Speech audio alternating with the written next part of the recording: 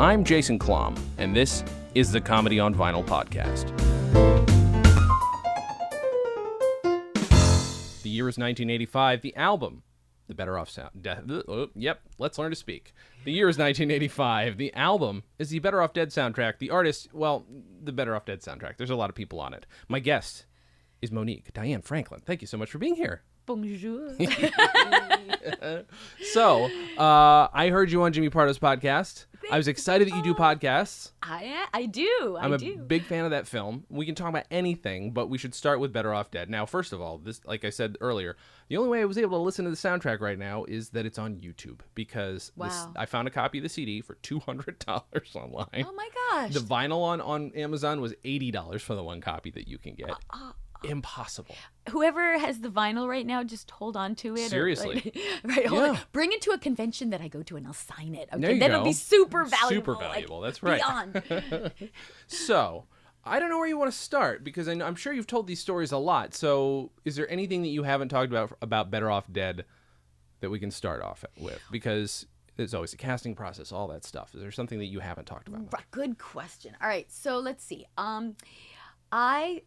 When I got cast for Better Off Dead, I've gone through the stories, and if you haven't, if you don't know a lot of the background, I have books that you can read some background on, or even gets even to deeper of the things I talked about on Amazon. But regardless, my experience with Better Off Dead was that I was in my early mid-20s. I think I was I'm thinking 25 or 24 when I did Better Off, maybe 25. Mm-hmm.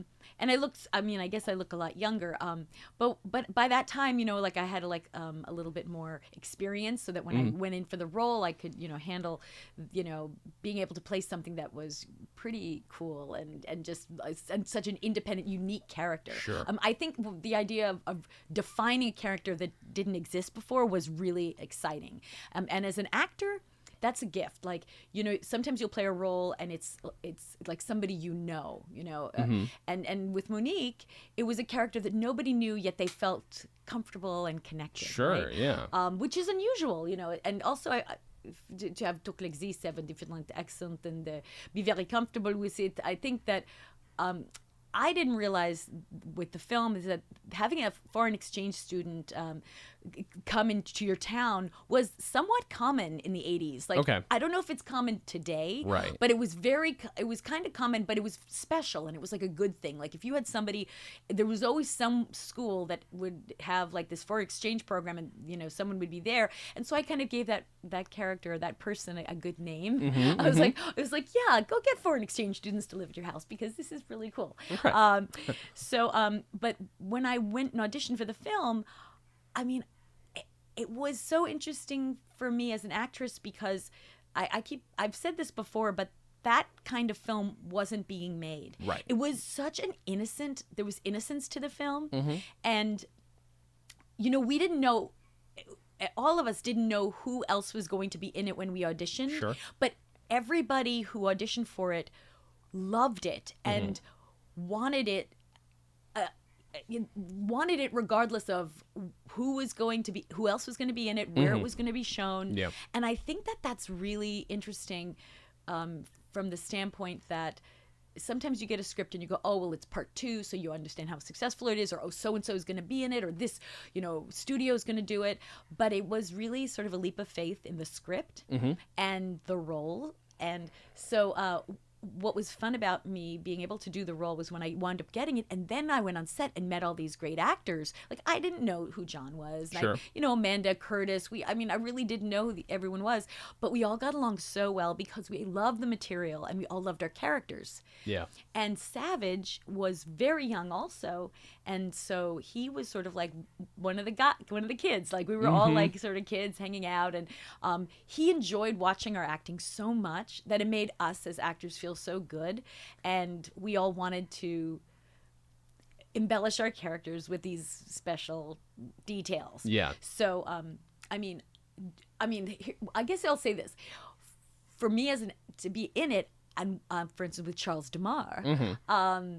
Curtis Armstrong, every singing we had together, I was crying laughing. I mean, I was trying to keep it together, from like the Jello scene where like he passes the like snorting Jello. Yeah. That was Curtis. I mean, I'm sorry, but he is brilliant. He's just brilliant. And I'm so happy that he's got so many fans and followers, because he is worth it. He is brilliant. Yeah. I mean, he's amazing. And so he was so funny.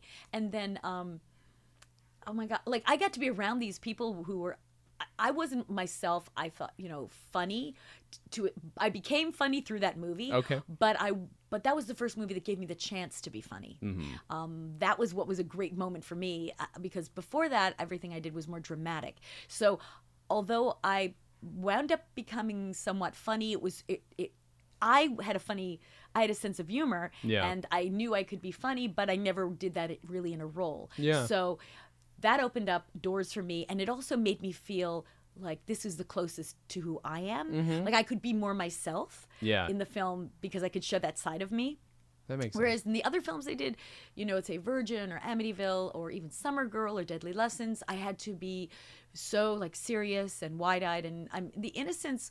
I've always had sort of a feeling of innocence in my characters, just because that's part of who I am. But I wasn't. I never got the chance to be in a comedy, and I was so excited that Savage allowed me to do that role. I mean, it's not a given, Sure. Yeah. And the irony is that he actually cast me because he remembered me from Last American Virgin. Okay. Which was so bizarre, because obviously that movie, I'm not funny at all. I'm just like the dream girl.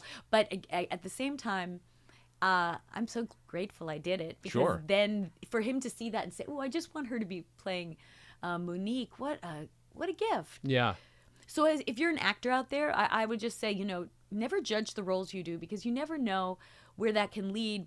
But whatever role you do, no matter what it is, commit to it fully and make it, like own it and love it and embrace that role, because that's what for me, that's what I did with every role I did. It was like, if I'm going to do it, I'm going to commit and put my heart into it. And then, no matter what happens to the film, you have no control over that, but at least your work is the best you can do. Sure. I mean, and that's what, obviously what sells Monique, but the more you're making me think of the way the film's formatted, because for a second I was going to say, and I think this is all due to directing and great acting and good writing, of course, but the film feels in many parts like each scene is from a different film.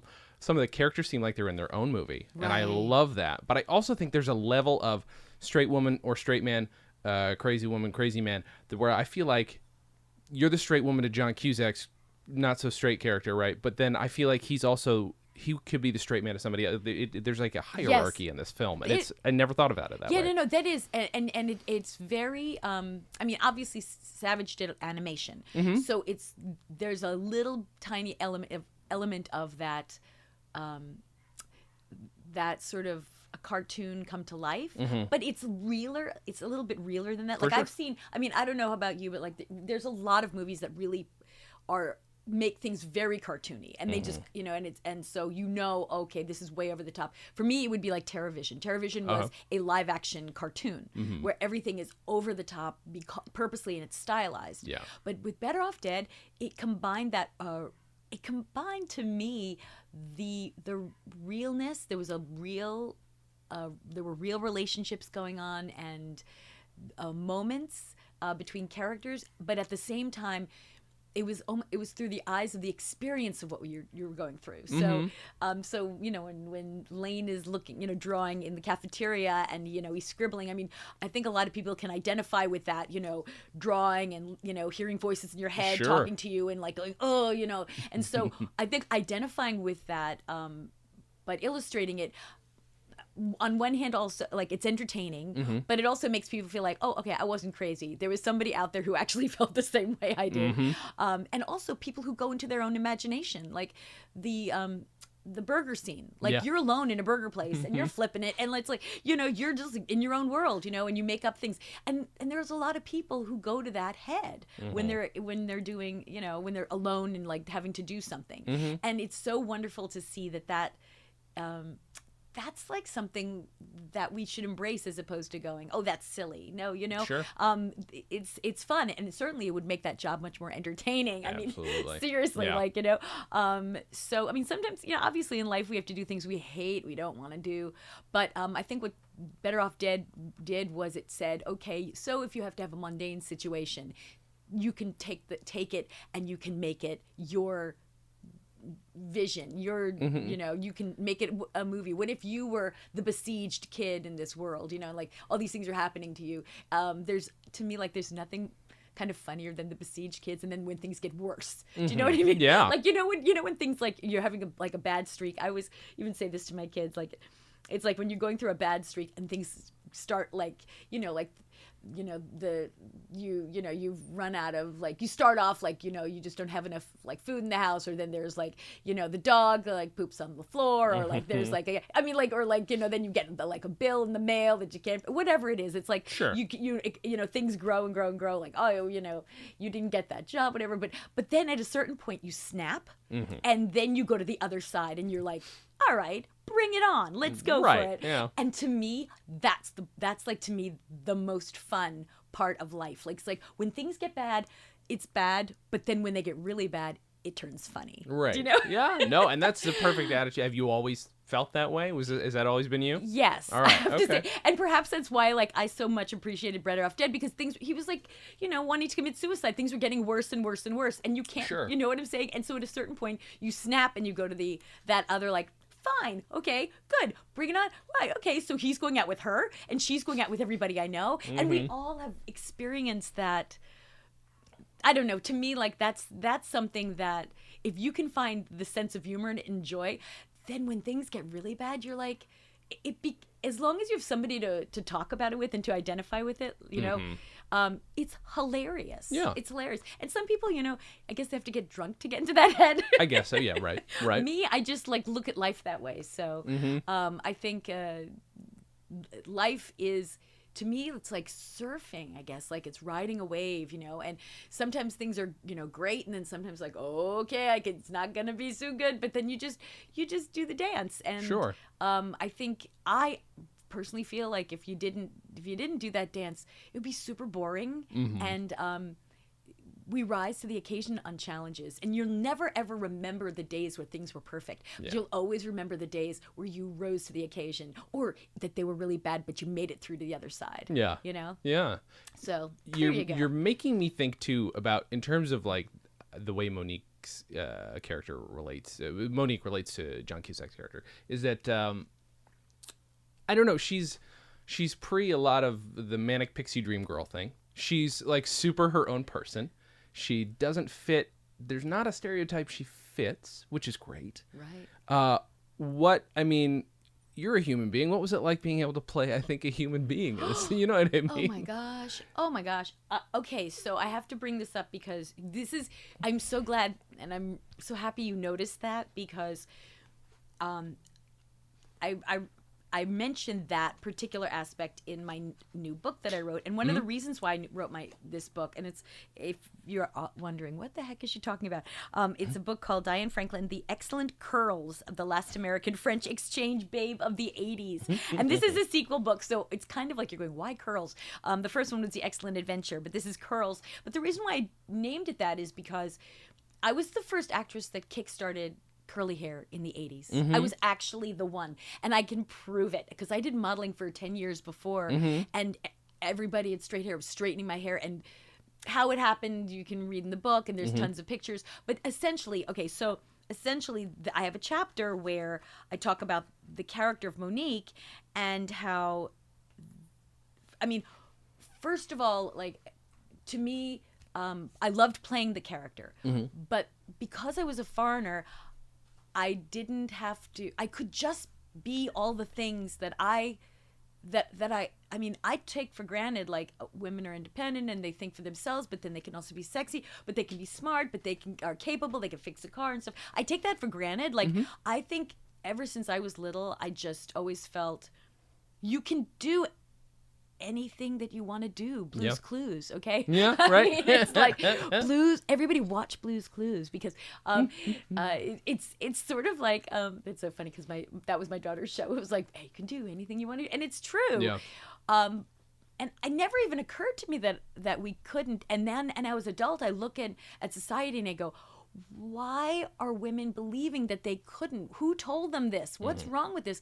You, of course you can make a living, or you can do, you're people, and so can men. Men can do whatever they want to do. I think so when I played Monique, what I brought up in this book, and it's like exactly this, it's like, okay, here's a person even with a positive spirit. We don't have a lot of characters with positive spirits. Sure. That's like where I come from. Like, I feel like that's like a positive thing.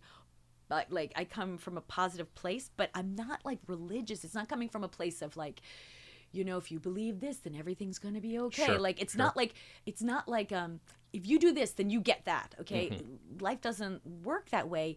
But what does work is, watch the energy that you're around with people, because if you are around somebody who's defeated all the time, then your energy gets drained or brought to their energy. And I'm not saying you should only hang around with upbeat people, but retain your happiness. Don't lose your happiness. So when you're with people, it's like, if they're down, like, you can listen, or you can help them if you want to give them advice. If you can't give them, just listen. But that doesn't mean they have to suck your energy away. Like, you can retain who you are. And I think that's one of the cool things about Monique in the film, is that John's character, Lane, is very, he's defeated. Everything is a bummer. And he's like, everything's sad. And she's like, well, yeah, but you can react a different way. You have choices. So you can do that. You can go, jump off the K-12, or you can ski the K-12. It's just your choice, And so in my book, what I talked about is that Monique is a more full-formed person. And maybe that's why people fell in love with her as a character, because she's honest and real, but she's not so honest, but has to go into a negative place. I see what you're saying. I think she shows my character was somebody who was capable. And I think when you watch somebody who's capable, you go, wait a minute, if they could do it, I can do it. Sure. Is that one of the lines that Charles DeMar said? Oh, yeah, right, yeah. Or no, actually, it's Lane in the says, movie. Oh, yeah, Lane okay, says, yeah. Well, hell, if she could do it, I can do it. And right. So, it's what's so fun about this film and my character too, is that this movie has a lot of great life lessons and sets great role modeling. It really does. I think so, yeah. Even, Curtis's character is a great role model. A smart guy. He managed to stay in high school all those years. Right. He's no dummy. And then even, oh my gosh, now Ricky, all right? Dan Schneider. Okay. Yeah. Dan Schneider's character, if you watch the beginning of the film, he plays, right, this shy kind of, I'm helpless, kind of nerdy, sort of like, I'm little Ricky, right? Or he plays up to his mom's vision of him. Sure. But then halfway through the movie, he suddenly changes and is like totally pushy and becomes his mom. And so suddenly it's like, what? And so we see the two sides. I mean, all these characters have a lot of dynamics. First, maybe Ricky is shy, and then he becomes like the pushy dude, and we don't like him. First we're maybe feeling sorry for him, then we're going, no, we're not feeling sorry for you. Right. With me, I'm the one who's passive, then I turn into, a person who's totally capable. John starts off really passive, but then he finds in himself, okay, I'm going to do this. I would say his character is the most, he's obviously the one who has the biggest arc. Sure. He has to prove it to himself. Yeah. But I just think that it was a great film for kids to watch growing up because it gives people hope. I think so. Right? And I also like that that all of Monique's, like, just the fact that she can fix a car in most movies would be treated as a quirk, whereas this is just a an aspect of her character. It's just another part of her Or personality. a tomboy. You know, Right. like, Yeah. Sure. I remember thinking when I got this, I was like, why can't there be a girl who fixes a car, but she can be feminine? Sure. That, like, to me was something, growing up, I was always seeing these girl characters who were tomboys. And I was not a tomboy. Mm-hmm. I was very feminine, but at the same time, that doesn't mean I can't, like, fix things. Even in real life, I mean, I'm the one who makes the, connects the VCR and puts all our wires together. And makes, I mean, like, I'm the one who fixes things. If something's broken, I'm the one who does it, and it's not because I have to. It's just like, I go, okay, no, wait, I see things a certain way. I know I think logically, and I can make this work. But and I think there's one other aspect which might be interesting is, it's not just that Monique is capable, it's that she says, if I want something done a certain way, I'm not going to wait for somebody else to do it. Mm-hmm. I'm going to do it, and I'm not going to have any issue with it. Mm-hmm. I'm not going to feel like, why couldn't he do it? It's like, and I think that there's happiness comes from being capable for yourself. If you need something done, your self-esteem will grow if you take care of it yourself. And maybe it's a pain in the butt, right? Maybe you don't want to do it, but at the same time, I think that's how you suddenly realize, wait a minute, I am a lot more capable or intelligent or whatever than I ever thought I was. It's interesting how that aspect of Monique's character is probably in the long run more interesting than all of Lane's arc, because it's big and it's flashy. That arc, it's supposed to be, obviously. Like, there's so much of this movie that I love that is just at the same time sincere and also parody. That's really hard to do. Right? I don't know how the fuck it's a ski movie that's all this ridiculous shit that have become tropes and are also making fun of tropes, but it's also very sincere. And it's his, like, I think any pubescent kid, any teenager's like, yeah, I totally know how this fucking kid feels. Right. I totally get it. I think a lot of it had to do with Savage and his casting. Yeah. Because he liked all the people that he cast. We were all real. Like, none of us were cartoony. Danny, I would have to say, probably was maybe the most cartoony, but not in personality, not in his acting. In his look, maybe. Sure. But we all were very sincere, and I have to say, I think really it started with the sincerity really started with John Cusack, because John was is so likable and so lovable, and he really was that kid who was just besieged with all this bad luck and this paper boy, and just, he was so besieged with his life. His mother is just ignoring him. She doesn't hear anything. And his dad's telling him what to do. And his reaction to that and the reality of it was so real that I think that's what balanced that cartoony. Because if you had somebody who was more cartoony, you wouldn't have had the emotion in the film. There would be you wouldn't feel bad for the character, right? Right. So that's a good point. Yeah, it is. It was, and maybe that was a stroke of luck, or it was the timing of the films. All those teen movies were starting, and so, 16 Candles and Breakfast Club. All of us who were acting in those films were playing it very real. And I remember auditioning during that time with other actresses, and there was a tone, and we all had to sort of be the word to actors was be real, and keep it simple, and be just be yourself, and like connect. And it was interesting. I was just talking to somebody about this. They kept, they would say, "Oh, be yourself."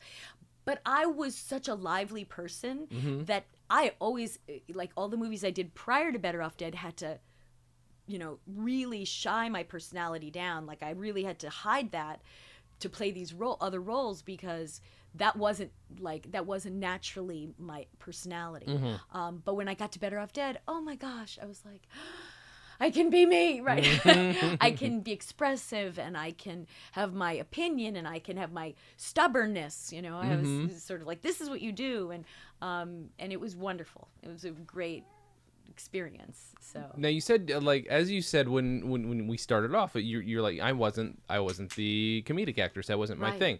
Did you have any like stage comedic experience or anything TV before this? Because I know I looked at your credits, but I apologize. I know there must have been a couple sitcoms on there, right? I did. Yeah, there was a pilot, Too Good to Be True, that I did. Okay. But I was never hired as the comedic relief in a story. I would okay. be the main girl. You know, if you're like the main character in a story, whether you're a male or a female, you're the one who has the biggest arc. So you can't. It's like you're the if you're a cake, you're like the what are they called? You're the cake. You're the you're the cake before it gets decorated. Sure, the you're actual like the layer. The layer. Sure. You're the fluffy part. Right? I can't think of the word. I can't think of it right? Anyone who's listening to this right now is going, it's like that word. And then everybody else in the story, you know, whether it's parents or it's like, is the frosting and the decorations. And so when you're young, you're like, oh, I want to be the frosting decorations. I want to be like that funny moment or that, you know, look or that beat or dress like this. But that's not what's needed. You need to be the heart of the story. And then, at least at that time, during these teen films, the stories were focused, and it was the first time stories were focused around what's going on with the teenager. What's their emotion? It's not the parents or the older sibling. It's the young kid. What are they feeling? What are they going through? So we had to stay very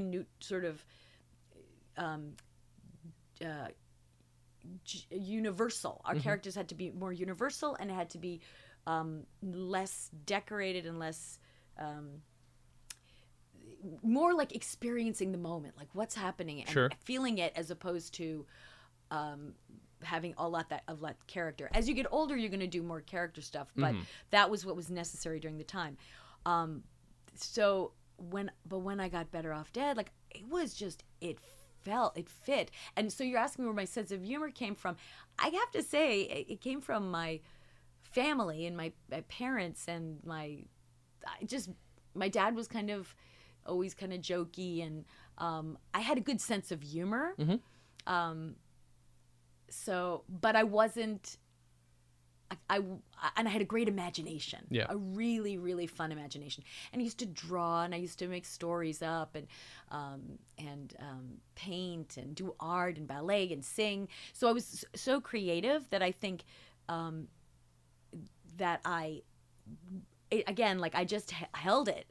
And then when I got the chance, I did. And so that's why it was fun doing even TerraVision, because there I went, oh my gosh, now I can express it even more into like this cartoonish, you know, show that was something that I would never have been offered before, which with good reason, you know, like obviously in the entertainment business, you are going to be hired not for your own, what you want to do. You get hired for helping other people make their story. So even like today, I had a woman who was telling me, you know, oh, you'd be really good for, I don't know, she was talking to me about like projects, and she was saying me that I would be good for certain projects now. And I'm like, I didn't even see myself like that. So what it is you never know as an actor or an entertainer how other people see you and how they see you, what they want to see you do. So you have to allow that, you know, and just be open to new experiences. Sure.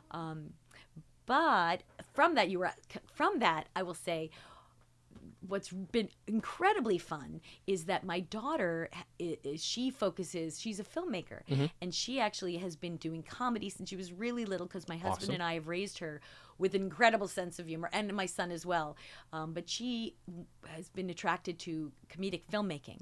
So I've been so lucky, because ever since she's been, I don't know, even 5 years old, she made her first film. Like if she needs a mom or a grandmother or whatever, I have been in her films. That's awesome. And so as now, like playing these roles in her films, that's now I've been able to do a lot of character work, because she would always be playing the girl who was my role, and now I'm playing like the frosting and the decorations on the cake, which is so funny and so much fun. And so my roles are so much juicier, and I get to play the bad guy or the bad woman, and I get to play the more eccentric characters. And so it's really a dream come true as far as an actress goes, like to be able to play, and I guess I don't know if a lot of actors have had this experience, but you actually, I mean, you have to, it's what excites you. Yeah. And so and so not only have I done now, I do the comedic stuff with her, but then I thought, you know what? All I'm doing is thinking about comedy.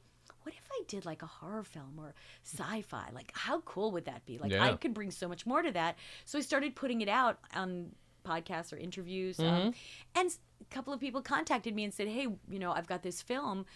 It's drama, heavy, a thriller. We'd like you to do it. So last year I did 2 thrillers, and they should be coming out this year. And amazing. I got to do some amazing work, some really deep, in-depth, cool, heavy-duty acting. That's awesome. Which from me today, like you'll look at this and you'll go, oh my gosh, I hate you. Like, I hate you. And I'm like, oh my God. So that's what's great about acting is that you can have an experience where it's one of the few careers you can do all your life. And which always attracted me about it. Whether you do it constantly or whether you come back to it you always can go back at some point. And you can explore your personality and your experiences in your life, and you could bring your life to help others. Yeah. Full circle. That's how I see it. So. That's awesome. Let's go back a little bit to your family's sense of humor. Did you have comedy albums in the house? Because I'm gonna bring us back to comedy albums a little bit. Did you have any comedy albums in the house? Not really. Okay. But I'll tell you why. Because my parents were German, so when they talk like this with German accent, so they would watch like the Lawrence Welk show, or they would be Benny Hill. That's the most there comedy. You go. But what I did was I watched Carol Burnett. Oh, yep. Right? Yep. Amazing. I think I learned a lot of humor from her. And obviously Lucille Ball, we were just talking about. The other thing I was going to say was, so I learned a lot from television. That I would have to say if there was any. Oh, and then I would say the only album I vaguely remember, which was wonderful, George Carlin, as I got older. And then when I wound up working with him in Bill and Ted's, it was so funny because I thought, oh my gosh, this guy is going to be such a foul-mouthed guy, and he's going to like, what's he going to be like? And he was the most genteel, well-mannered guy. Oh, hello, nice to meet you, Diane. Pleasure to meet you. I was like, what is going on here? He was so sweet and endearing. It's just crazy, just like such a gentle soul. That's it's so funny is earlier you said working with George Carlin. I totally forgot he was in Bill and Ted's Excellent Adventure. Right? That's why I was like, you met George Carlin? Right? Yeah, you fucking idiot. Of course she did. Oh my God. Here's the thing. I've had more stories on this show about like he was my hero and I never got to meet him. And like I've never heard a bad story about him. Not once, I know. Isn't once. that amazing? Yeah. When you think about, comedians, sometimes you're like, oh, they were, drunk or like whatever. They were like miserable or like, and there's a lot of people like so unhappy. He was professional. Yeah. He just got it. Well, what's crazy is he's got some of those stories, but those stories still come along with, but he was still a good guy. Yeah. You know what I mean? Like, right. yeah, he had addictions, but guess what? Yeah. He kicked them and he turned out to be a fucking great guy. Oh, yeah. That's so much fun. That's wonderful. So what did you know of him before you worked with him? I knew that he, did stand up, and he obviously had a name. I just couldn't believe he was working with Kimberly and I, and we were all dressed up in like as we came from the future. We show up in the telephone booth in like a garage, you know? Right. And I guess I was just shocked that I was going to be doing a scene with him. But it wasn't very long. We did that scene. I didn't work with him for more than, I think that was just one day we worked together. Okay. I think.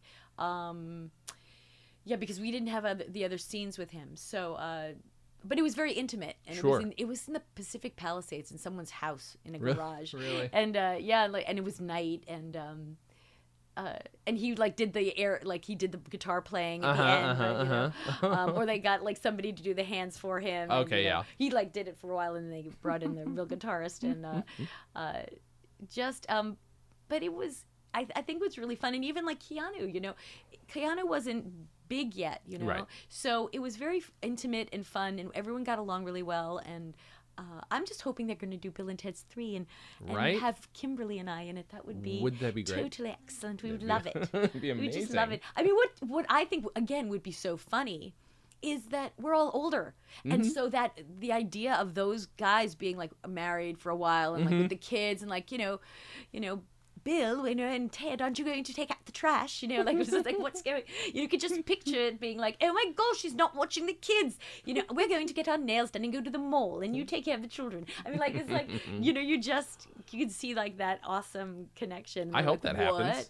Right? Yeah, of course, that'd be great. Yeah.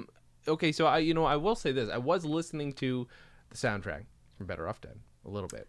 Do you have a favorite track off of that album? Because I like to ask people if they have a favorite track off of, even though this is not a comedy album per se, but it is a soundtrack to a great comedy movie. So okay, I'm gonna just get into this. Okay, so I love Elizabeth Daily. I love both her songs that she sang. She sang like the a little luck or a little. Here, let me pull it up. I do have it right here. Where is it? Okay, melody. obviously the title track, but also the title track, but she also a little luck. A Little Luck. Yeah. I love her voice. I think she is I loved listening to her voice. She's so talented and just so wonderful. And I'm so glad Savage let her do that as opposed to just taking some generic song, right? So that even makes it more wonderful.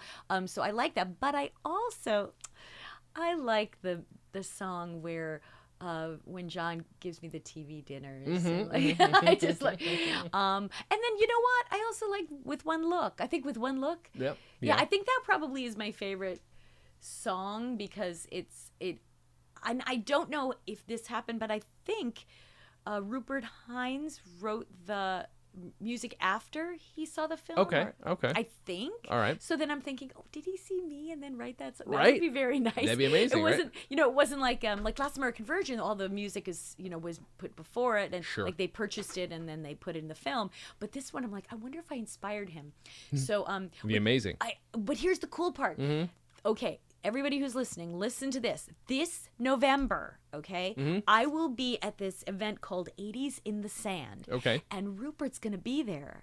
So I'm going to be able to ask him That's amazing. how he did this, all the songs for the film. Yeah. But 80s in the Sand is a week with celebrities, 80s bands, hosts, like MTV hosts, for a week in the Dominican Republic. Wow. And I'll be there with Amanda Wyss and Curtis. Awesome. Armstrong. I mean, when do you get us together? Right. It's like never. Oh my All these God. conventions, they don't put us together. And we're like, we want to do it together. So this is your chance. And I got into it because I became friends with Deborah Foreman on Facebook. And I said, what is this you're doing? And so she's going to be there. So that's so cool. Totally amazing. And then Andrew McCarthy's going to be there. Wow. And, and then... Oh, Anthony Michael Hall, I think, will be there. Wow.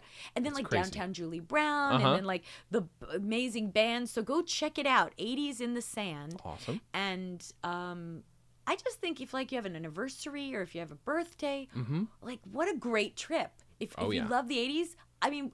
When I heard about it, and I wasn't in it, I was like, I want to go. Right, of course. Right? Why wouldn't you? That's amazing. So anyway, that's a plug in that, but it's truth and it's honest. So I totally am excited. You know what I like to do is towards the end, I normally say, well, if you don't know this artist's work, why listen to this album? What we'll do about the film is, let's say, I did talk about this earlier. If it wasn't for my wife, I would never have seen Better Off Dead. Right. Because I didn't know about it. Exactly. I didn't grow up with it. I lived in Germany when it came out. So I come back here, and I missed 4, 5, 6 years of pop culture. Right. So there's a bunch of stuff that just fell through the cracks.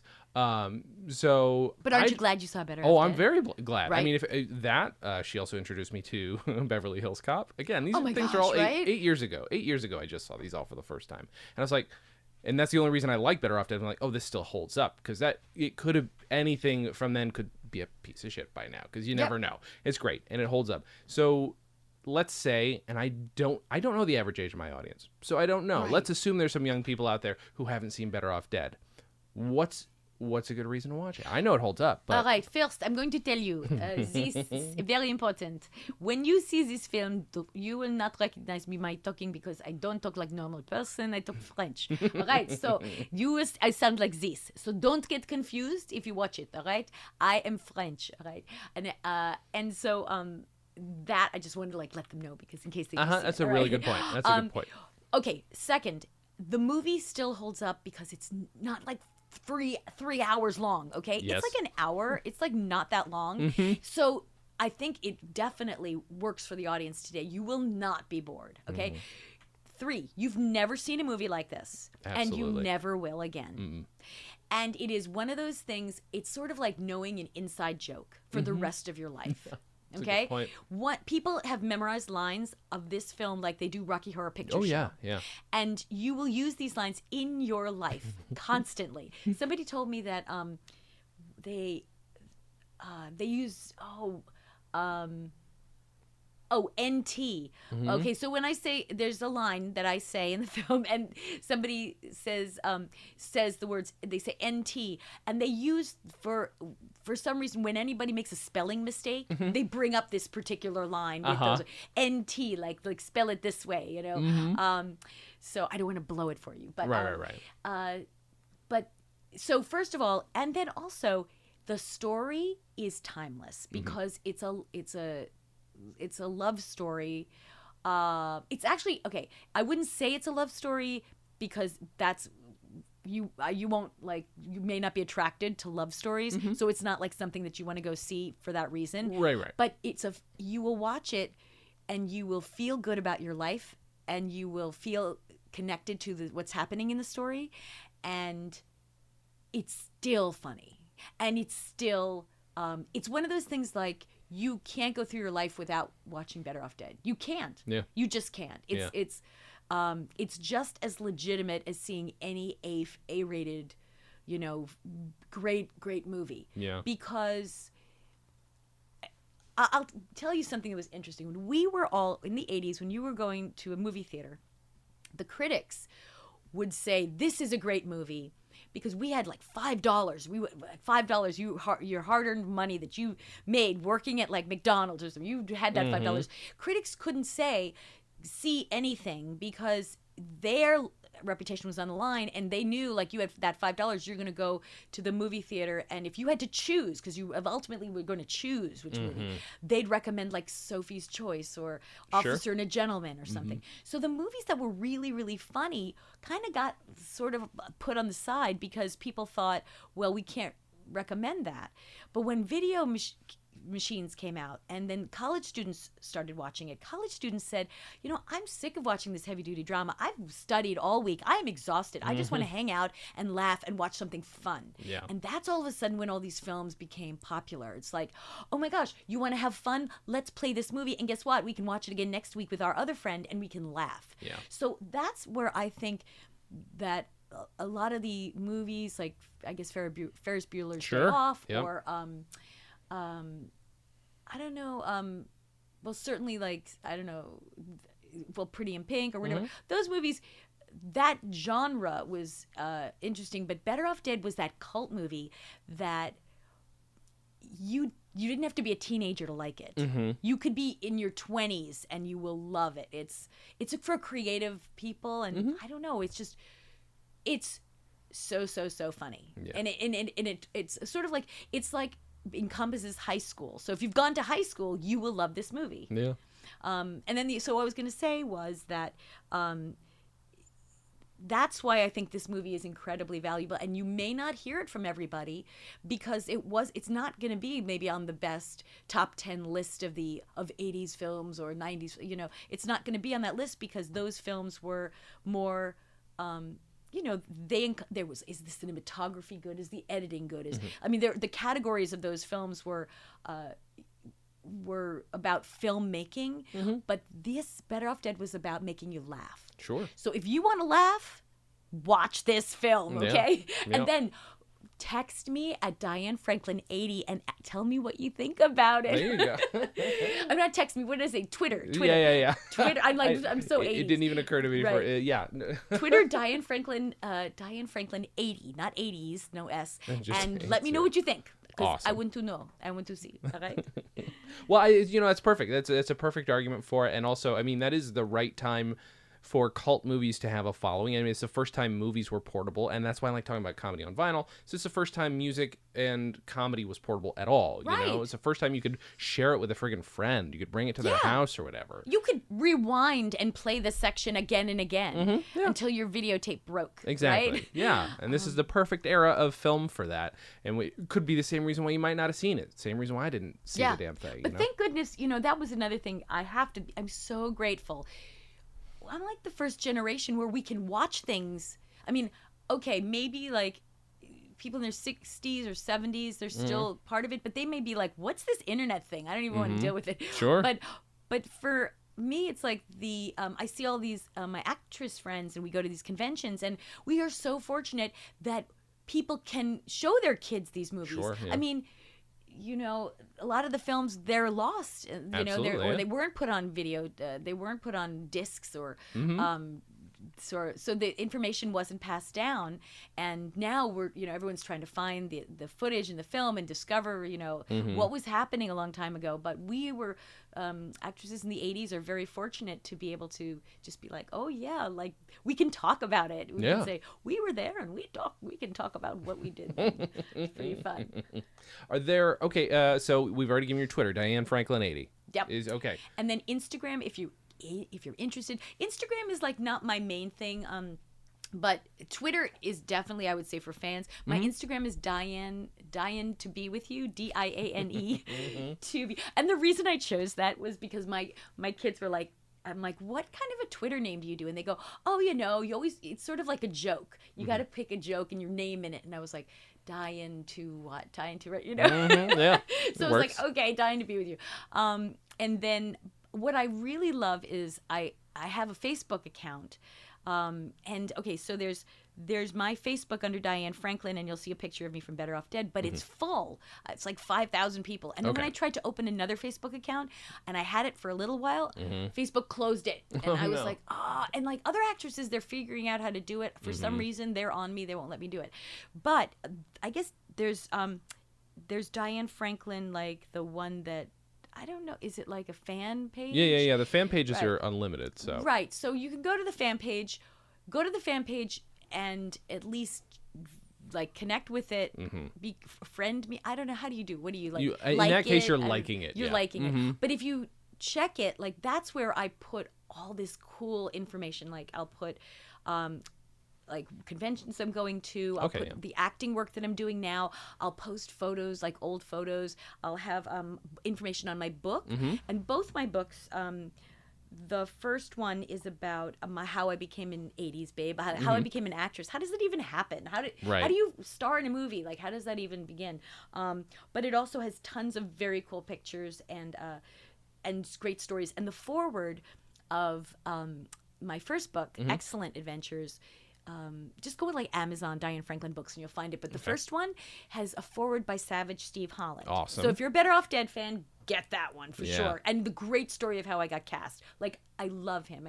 He just wrote the nicest forward. And then this one, my second book is with Curls, is actually more focused on Last American Virgin. And that forward, I asked Brett Ratner to write the forward. Awesome. And what's interesting about Brett is, because I always wanted a director to write the forward for me.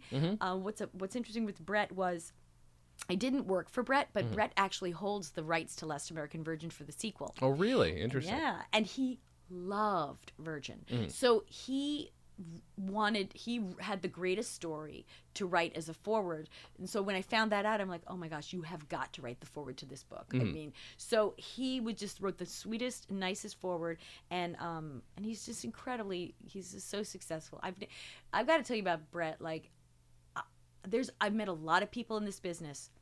I have never met anybody who is as he's like two people as one person. Like he makes multitask. Like anyone who multitasks doesn't do it as well as he does. Yeah, he's phenomenal. It's incredible, and he's really a loyal and a really nice person. And it just blew me away. So like we have become friends, like just just super, super sweet. And I hope that if he ever does make Virgin, I mean, he said he wanted to put me in. I just think that it would be wonderful because it's a great callback. Yeah. And he's a lover of films, so he understands like that. When you watch a film and then you bring back that actor, it's just so great for the audience. Of course, like the audience goes, yes, that's so fun. So, but I highly recommend both books, and they both have my editor who edited my first book. He did a great job, and he loved my first book, but he even liked my second book better. So, if you go on Amazon, you can read reviews. And I will be coming out with a third book, but I haven't. But this one I just came out, so I'm giving it some space. Yeah, probably good idea. But the third one is also going to be quite awesome. So, but they're really fun, and I just have got so much going on. My daughter, I'm going to bring this up because everyone who listens to me knows this. My daughter, she does comedies, and she's got a series called Sugar Babies that she's doing with her friend, a comedy partner, Sydney Heller. And so if you go to YouTube and you look up Sugar Babies, you will see her web series, which they write, direct, act, and edit. They're all on their own. They're seeing if they can get the show picked up by someone eventually. Sure. But there are these episodes. I think they've got like 8 episodes now. But the great part is all these improvisers, like these adult, like 30s people in the 30s, 40s, who are phenomenal comedians, like phenomenal improvisers, all have agreed to do her show. That's great. So it's crazy funny, and they are so. It's like there are cameos almost, like lovely little cameos, and it's been so popular. And she recently got oh my goodness, from iCarly, the guy who plays Spencer. Oh my God, my mind is a sieve. I'm a little too old to have ever seen that show. Darn it! I need that. And everyone in the audience is going, I know who you're talking about. Oh, come on, Diane. He was in iCarly, and he's so wonderful. And it's gonna come back to me. And I'm gonna tell you. But anyway, he even agreed to do it, and he's in their next episode that's coming out. So, dang it! I'm gonna kick myself for not knowing. But anyway, but just watch it, and you'll see, and then you'll go, oh, I can't believe she couldn't remember his name. I was like, so embarrassed. Jerry Trainer. Yes. Jerry Trainer. Okay, I knew it. Right. I was just testing you all. Yeah, Jerry Trainer, so funny, wonderful, and he just agreed to do it. It was amazing. That's cool. Yeah, she's getting a lot of great people in it. So, hilarious. Anyway, and she's hilarious. So. Yeah. That's it. That's my daughter plug. I'm moving on. Right. That's awesome. Well, that's amazing. Well, this has been super, super fun. I really appreciate you doing this. But Phil, I don't want to go because first you must talk like Curtis. You must. We are going to have a little conversation. It really only works if I do the one line that I've nailed, which is just, "This is pure snow." Oh my gosh, That's all I can do. That's all I can do. That's it. Oh no, that was perfect. Do you know what? That is actually, I think, my favorite line that Curtis does. It's the best. It's my favorite. This is like pure story. Do you know the street value of this stuff? Oh, here, I'll do my imitation. Monique. Do you have, what does she say? Do you have Christmas in France, right?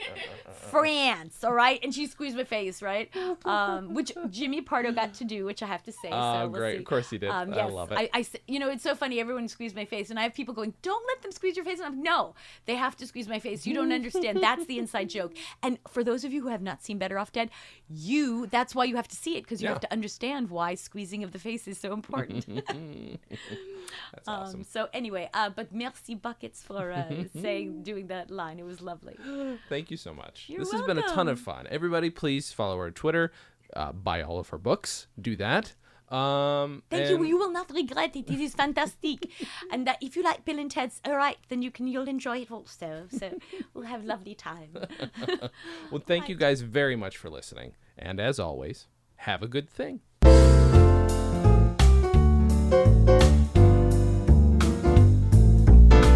Comedy on Vinyl is a production of Stolen Dress Entertainment. It is produced by Mike Warden and is hosted and edited by Jason Klamm. Our theme song was composed and performed by Richard Levinson. Please visit stolendress.com to listen to our other podcasts, read our blogs, read our tweets, watch our videos, and read our books. Please subscribe on iTunes, and if you like us, give us a 5-star rating and a nice review. You can find us on Facebook.com/ComedyOnVinyl, Twitter @ComedyOnVinyl, and find everything else at ComedyOnVinyl.com. A major portion of Comedy on Vinyl has been underwritten by Stand Up Records. Please visit StandUpRecords.com for all your comedy needs and tune into the new Stand Up channel available on the Roku, where you can also find select episodes of this podcast.